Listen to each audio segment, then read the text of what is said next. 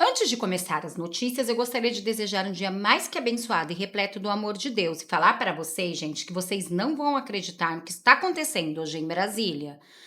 Só para começar, nós temos umas sucessões de bombas que vão cair no colo do STF e principalmente em Luiz Inácio Lula da Silva do PT. E vocês vão entender o porquê. Para vocês terem noção de como está o nosso editorial de hoje, gente. O momento é de tensão, temos novo escândalo vindo por aí, ministro do STF tomando decisões chocantes. E isso é só o começo, viu? Ainda temos um primeiro-ministro aliado de Trump, tá? Nome de peso, que veio a público e fez uma revelação. Gente, estarrecedora sobre o governo, dizendo inclusive que se essa ofensiva continuar, pode até derrubar o governo. Eu vou trazer todos os detalhes e destaque dessa notícia para vocês. E não para por aí não, viu? Brasília não para. Como falamos, tem um novo escândalo vindo por aí. E não estamos falando do roubo do INSS não, viu? Estamos falando de coisa muito pior.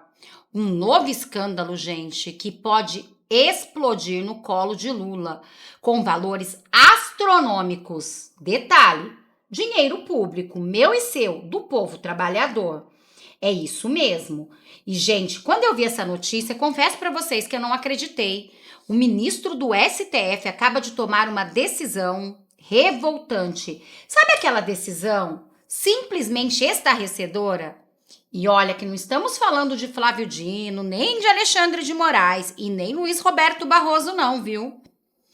E eu vou te falar quem é esse ministro e vou trazer todos os detalhes e destaque dessa notícia para vocês que realmente tem causado grande revolta, até mesmo em seus colegas de corte. É, gente, mas não para por aí. Ainda temos revelações chocantes de deputado sendo monitorado com seu dinheiro. É isso mesmo, mas a cereja do bolo vem mesmo no momento que o filho de Gilson Machado, ele que foi preso de uma forma injusta pelo ministro Alexandre de Moraes, trouxe uma revelação bombástica e um segredo da sua família que realmente, gente, só assistam, porque realmente vai valer muito a pena. Eu só não vou ficar dando muito spoiler, gente, para o vídeo não ficar muito longo. Só não esquece de curtir, compartilhar, comentar, deixar o seu like e se inscrever no canal. E já vamos começar com um vídeo que eu preparei para vocês, gente, que realmente vai deixar vocês de queixo caído. Olhem o que disse essa deputada sobre o que está acontecendo no STF que vocês ainda não sabiam. Segundo ela, a lista é extensa. Gente, olhem isso, olhem essa capivara, prestem atenção. Vocês sabem o que é isso aqui? São 30 metros de denúncias feitas pela própria mídia, de abusos e violações de liberdades individuais por parte do Supremo Tribunal Federal. Nós estamos diante da maior perseguição política e jurídica da história desse país. É um verdadeiro espetáculo televisionado que está mostrando ao Brasil e ao mundo que a maior casa de justiça do Brasil, na verdade, se tornou uma casa política que tem um único fim, de destruir a maior liderança das últimas décadas da direita que o Brasil já teve. É um verdadeiro show de horrores. Quando nós pegamos o que está em jogo, nós vemos que jamais um presidente da República, um ex-presidente, foi tão perseguido, teve a sua vida pessoal, financeira e política devastada de maneira tão vil e tão implacável como a família do presidente, como o presidente Bolsonaro e sua família, que está sendo perseguida, investigada e tripudiada por todos os meios de comunicação, sem dó nem piedade. Aliás, ele está sendo acusado de um crime que jamais cometeu.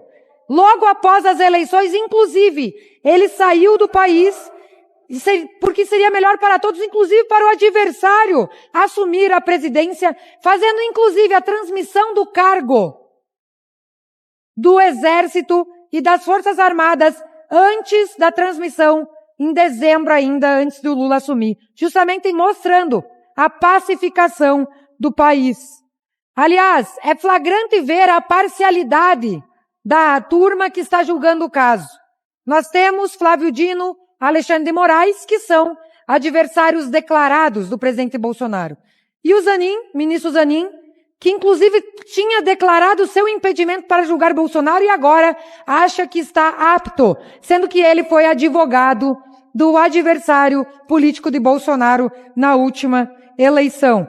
E a pior aberração jurídica, dentre tantas, é ver que o relator do processo, o ministro Alexandre de Moraes, que é a vítima, não pode nunca, num país sério, numa democracia, num Estado de Direito respeitado, ser também o julgador do processo. Então é a vítima que é o acusador, é o julgador da sua própria causa. Isso é um absurdo. Nenhum país sério admitiria um processo tendo essa condução. E, aliás, as ditas provas contra o presidente Bolsonaro nada mais estão baseadas do que numa delação que teve 11 versões, 11 mudanças que não valem como prova em nenhum país sério, em nenhum processo sério. Ou seja, o pior de tudo é que a gente já sabe. O STF já decidiu antes mesmo de julgar. E quem está no banco dos réus não é apenas o Bolsonaro. Quem está no banco dos réus é a democracia brasileira. Porque já não existe mais Estado de Direito. Já não existe mais devido processo legal. Já não existe mais presunção de inocência. Já não existe contraditório, ampla defesa e direito de recorrer duplo grau de jurisdição. Porque tudo começa, tudo vai e se encerra no Supremo Tribunal Federal, que nem seria o foro para julgar pessoas sem foro privilegiado. E eu tenho aqui, vocês sabem o que é isso aqui? São 30 metros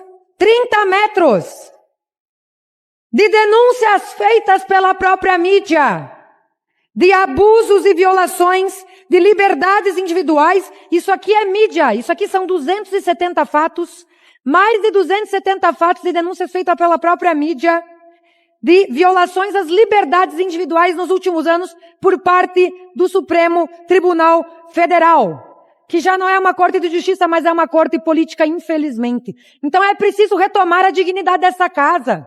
É preciso que o presidente da Câmara, que o presidente do Senado retomem o papel legislativo das casas e não deixem que o Supremo legisle no nosso lugar, faça política pública no lugar do Executivo e comande o país. Hoje são 11 pessoas que comandam o Brasil. Nós já não somos uma democracia com tripartição de poderes. Por isso, anistia já, em favor da Débora, em favor de todos os inocentes, presos políticos no Brasil, porque há sim, presos políticos no Brasil, pessoas inocentes que estão pagando por esses abusos de autoridade vindo da Suprema Corte. E CPI do abuso de autoridade já. Muito obrigado, presidente. Realmente, né, Carolina de Tone mostrou tudo. E agora, olhem isso.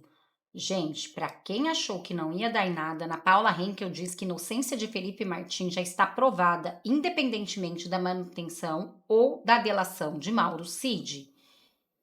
Dias de depoimentos essa semana, os 2 dias foram absolutamente uma bomba na narrativa oficial do Alexandre de Moraes, que houve golpe, aquilo tudo que nós estamos falando aqui, né, já há bastante tempo.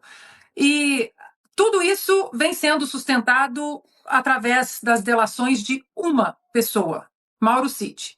Como a reportagem, né, com o artigo do Guzzo mostra, foram mais de 900 vezes dizendo não sei, não sei, não sei, mas delações que não param em pé. O Alexandre Garcia estava falando sobre o Felipe Martins. No caso do Felipe Martins especificamente, Mauro Cid, ele em uma das delações, em um dos depoimentos, não dessa semana, mas anteriormente feito, ele foi perguntado diretamente se havia alguma prova material que pudesse sustentar o que estava sendo dito em relação a Felipe Martins. E Mauro Cid disse não há prova material. Ou seja, não há provas, não há vídeos, não há conversas em relação ao Felipe Martins, ao presidente Bolsonaro, não há sequer a tal minuta do golpe, Daniel. Então, se tudo isso, uma denúncia da PGR, 272 páginas embasadas nas delações de uma pessoa, e agora vem essa bomba, né? Precisamos averiguar, né? Como estávamos falando, se o perfil do Instagram, o telefone, se é realmente da esposa do Mauro Cid. Agora, 9 delações, foram 11, acho que no total, 9 que foram aproveitadas, e até agora não aparece nada consistente. Lembrando que no Brasil, que seria uma democracia saudável, né? Pelo menos no papel, o ônus é da acusação. a acusação que tem que provar o que de fato está alegando. E até agora não houve isso. Muito pelo contrário. O Felipe Martins, inclusive, já provou a sua inocência várias vezes e continua em meia liberdade, com tornozeleira eletrônica, sem sair de casa, sem poder dar entrevistas, sem poder usar as redes sociais e tendo que se apresentar toda semana no fórum para dizer que ainda está ali. Sem absolutamente nada, nenhuma condenação, nenhum processo. Portanto, Daniel, voltando à sua pergunta, está tudo errado, mas será que nós vamos ver respeito às nossas leis agora também, diante dessa mais uma bomba? Acho que a pergunta, infelizmente, é retórica. Gente, eles ainda dizem que aqui vivemos uma democracia. São prisões arbitrárias, tanta coisa acontecendo. Vocês viram o caso que aconteceu com o ex-ministro de Bolsonaro, Gilson Machado? Seu filho se manifestou sobre isso e trouxe um segredo da sua família que eu quero mostrar para vocês nesse vídeo. Mas antes, eu gostaria que vocês vissem o que disse esse aliado de Bolsonaro sobre monitoramento com o nosso dinheiro. É estarrecedor? Absurdo, absurdo. Lula usa dinheiro público para pagar empresa que monitora congressistas, diz Gustavo Gayer. O relatório que foi publicado, sabe qual nome estava lá que deveria ser monitorado? O meu. E essa aqui é de cair os cabelos, tá? Como se isso não fosse o bastante, foi veiculado extensivamente na imprensa de que a Secom do Sidônio está por trás de um esquema financiado com 54 milhões do dinheiro público para monitorar os adversários do Lula nas redes sociais. Rede Minerva, financiada com dinheiro público, sob o comando da Secom, para fazer monitoramento constante dos adversários do Lula, dos políticos. E acredite ou não, no relatório que foi publicado, sabe qual nome estava lá que deveria ser monitorado? O meu, deputado Lucas. Eu estou sendo monitorado por uma pessoa usando dinheiro público que está recebendo comunistas de uma ditadura para implementar o sistema que eles têm para o quê? Para quê? Para proteger o quê? Acredite ou não? A liberdade de expressão. Nós chegamos ao cúmulo do ridículo com isso que está acontecendo. Isso é indefensável. Indefensável. Isso é criminoso, deputado.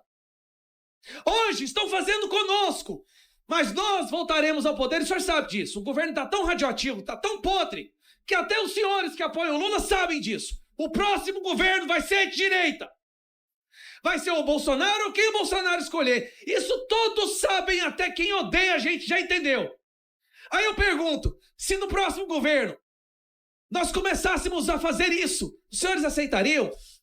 Dinheiro público para financiar as redes sociais de cada um dos senhores. Você acha que seria certo isso é democrático? Ou está acontecendo agora? Agora está acontecendo. Então eu peço encarecidamente que a gente possa, verbalizar a indignação com o que está acontecendo com o nosso país. Eu estou vendo que são poucos canários de mina de carvão. Tem um ou outro deputado tentando alertar para o risco do que está acontecendo. Um dia essa Câmara, assim, encheu de orgulho o povo brasileiro com decisões que foram históricas. Mas hoje eu estou vendo que nós temos aí para contar nos dedos poucas pessoas que se dispõem a falar o que realmente está acontecendo. E como somos poucos que estamos falando, somos alvos fáceis. Seria muito mais fácil para mim me acovardar, colocar o rabinho entre as pernas e fingir que nada está acontecendo e ficar vivendo do sistema e distribuindo emenda. Seria a coisa mais fácil do mundo para mim. Mas com que cara que eu olharia para os meus filhos? E no futuro? Porque nós temos filhos. O senhor mesmo me disse agorinha, o senhor tem filho. Um dia a gente não vai estar aqui mais, presidente. E quem vai ter que arcar com as consequências da nossa inação e covardia serão eles. Que pode ser que venha um governo de direita e porque o nosso filho ou seu filho disse algo que esse governo não gostou, ele pode ir preso, censurado, multado. Nós estamos aqui para preservar a liberdade em todos os seus espectros. Na liberdade de expressão sendo uma das mais importantes, porque sem ela você não defende as outras. Perfeito, né? Gustavo Gayer foi perfeito. É isso mesmo, gente. Hoje a gente está aqui, mas amanhã não vamos estar mais. Mas nós vamos deixar o nosso legado, os nossos filhos, os nossos netos. Será que é esse o Brasil que queremos para eles?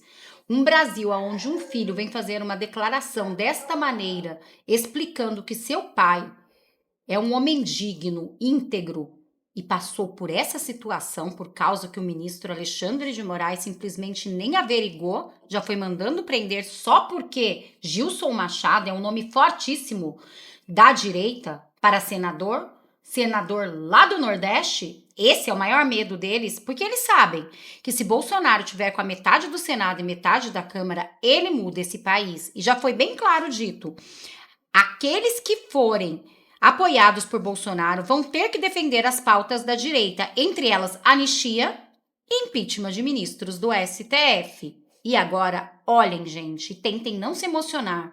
O vídeo do filho de Gilson Machado, ex-ministro de Bolsonaro, que passou por uma prisão sem dever nada.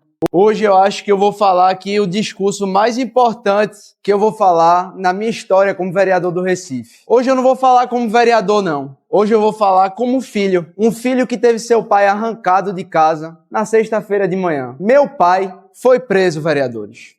Meu pai foi preso sem roubar, sem matar, sem crime de corrupção, sem roubar velhinho do INSS. Meu pai, como os senhores sabem, nunca foi político, sempre ganhou a vida com o trabalho. Homem íntegro, de família íntegra, que construiu solo firme aqui em Pernambuco. Foi preso, demais vereadores, por uma perseguição política. Uma perseguição sem prova nenhuma contra meu pai. Alegaram que ele tentou tirar um passaporte português para Mauro Cid, quando na verdade ele estava tirando a renovação do passaporte do meu avô, seu pai, de 85 anos. Vocês têm noção do que a gente está vivendo no nosso país agora? Não sou eu que estou dizendo, demais vereadores. Meu pai foi preso injustamente. É só abrir a CNN, o UOL e demais noticiários. Uma perseguição, vereadores, desesperada. A narrativa de Mauro Cid caiu, ele mentiu no julgamento. E agora, o ministro Alexandre de Moraes está buscando todos os aliados de Bolsonaro para tentar incriminar. Mas mexeram com o cara errado. Esse daqui,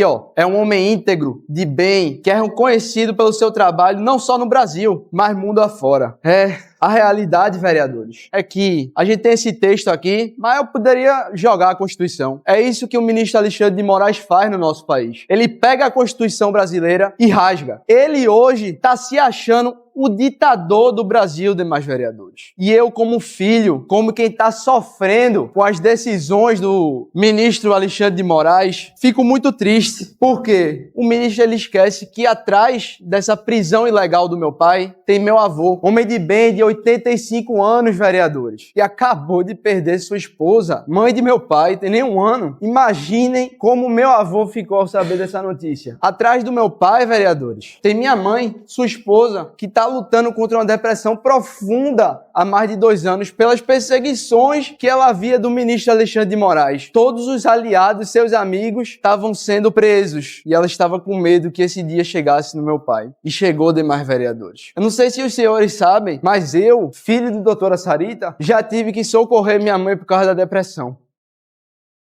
Não existe nada pior. Nós estamos vivendo um tempo sombrio nesse país. Sombrio. De imediato agradeço a Deus por ter soltado meu pai. Não importa do partido que os senhores sejam. Eu recebi ligação de todos os partidos. Essa prisão foi muito injusta. E também ele esquece que tem um filho. Um filho que, ao contrário do ministro do STF, que não teve um voto sequer, teve 16.095 votos de pessoas que acreditaram no legado do meu pai. Meu pai nunca cometeu um crime sequer. E mesmo assim foi preso pela ditadura do STF. Foi tão injusta a prisão que soltaram ele no mesmo dia, senhor presidente. Mas eu queria só um tempinho extra porque eu preciso falar isso. Soltaram ele, mas botaram 5 medidas cautelares. Ele não pode sair de Recife, vereadores. Detalhe, meu pai mora em Jaboatão dos Guararapes. Ele não pode ir pro show da banda dele, ele é empresário do setor de forró. A gente tá no São João, vereadores. Ele tem mais de 10 shows marcados. Ele não pode falar com o presidente Bolsonaro. Retiraram o passaporte dele sem ter cometido um crime sequer.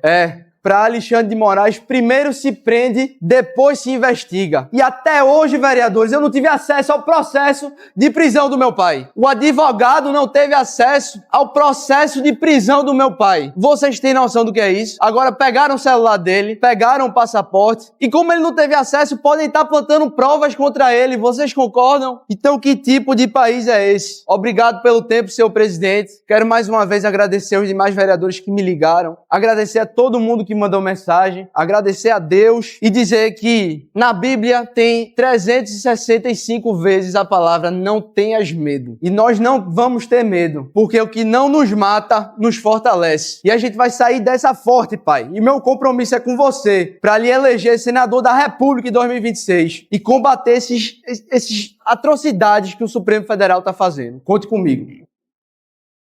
É sobre isso, gente. Todo nome forte eles estão tentando, de alguma maneira, tirar do jogo, porque eles sabem que são nomes que vão aderir às principais pautas da direita, que entre elas é o pedido de impeachment dos ministros e a anistia.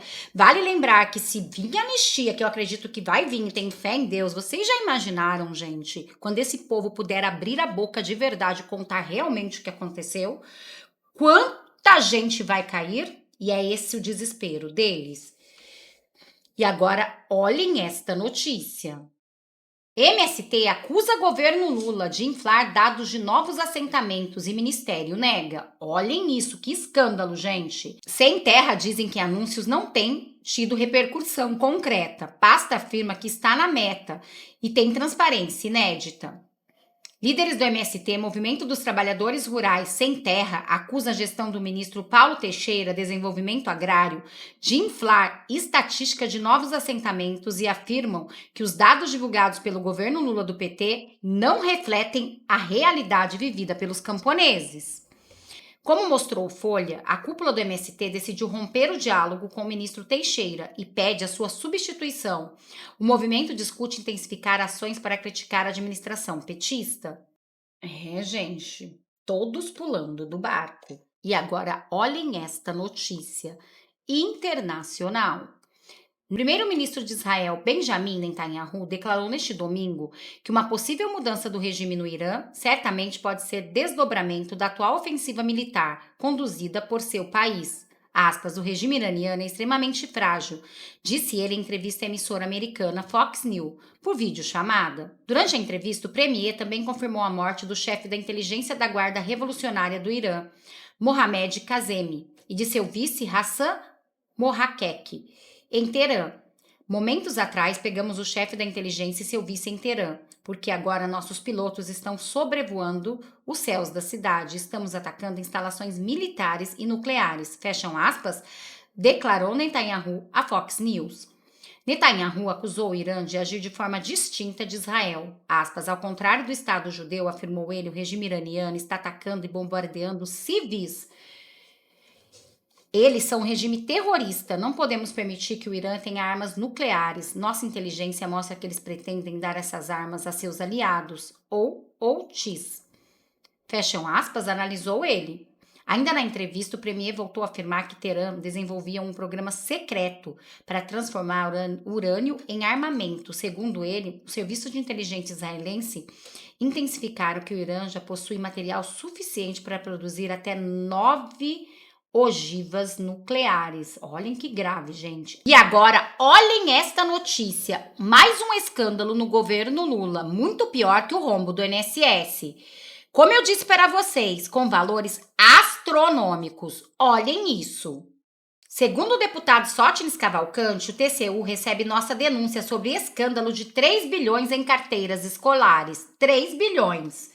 Tem empresa fantasma Artemóveis, sócia que é filha do dono da Movesco, também contratada. Contratos milionários com Milan Flex, Mac Móveis, Delta, Técnico 2000, CUTS e outras. Segundo ele, já acionamos o CGU, o TCU, a PGR e também a Comissão de Ética. E em colui é favorecimento de dinheiro público indo para o ralo. A Lava Jato da Educação já começou e vamos até o fim. Como vocês podem ver, gente, as máscaras estão caindo. Realmente, né, gente? Se não bastasse o rombo dos aposentados, agora eles estão roubando carteiras escolares. É isso mesmo. É um escândalo atrás do outro no governo Lula. Eu não sei vocês, gente, fica até difícil da gente processar tanto escândalo. Ele está levando o Brasil ao caos. Mar Mendes autoriza a devolução de passaporte para a ex-mulher de Sérgio Cabral.